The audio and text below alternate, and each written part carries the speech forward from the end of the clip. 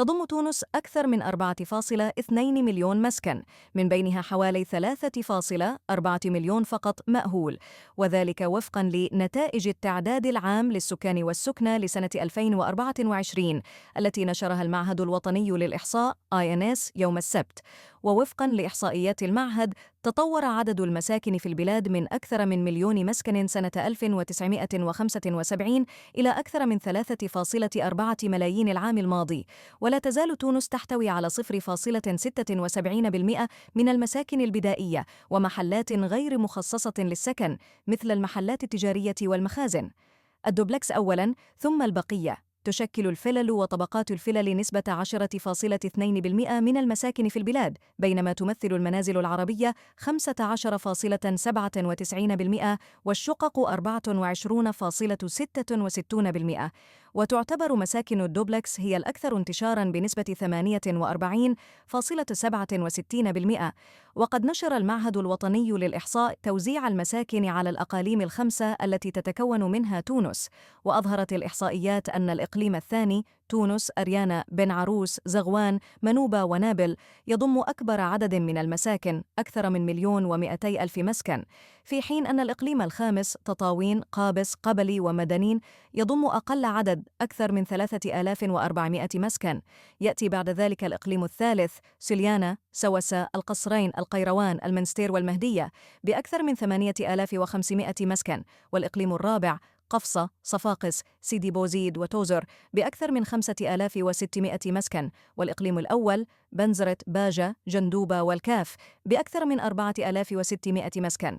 ويبلغ معدل ربط المساكن المأهولة بشبكة الكهرباء في تونس 97.6%، وبشبكة المياه الصالحة للشرب 86.8%، وبشبكة التطهير 61.9%، في حين يعد الربط بشبكة الغاز الطبيعي الأضعف بنسبة لا تتجاوز 21.4%.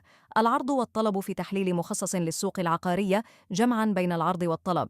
كشف موقع مباواب.tn عن ارتفاع في الأسعار المتوسطة للشقق بنسبة 5% للمساكن الجديدة والقديمة في عام 2024 مقارنة بالسنة السابقة. ويظهر الموقع أن العرض الحالي يتكون من 53% من الشقق القديمة و47% من الشقق الجديدة. وتشير البيانات أيضاً إلى أن الشقق متوسطة الحجم بين 100 و330 متراً مربعاً من نوعية إس بلس 2 وإس بلس 3 هي الأكثر توافراً وطلباً في السوق.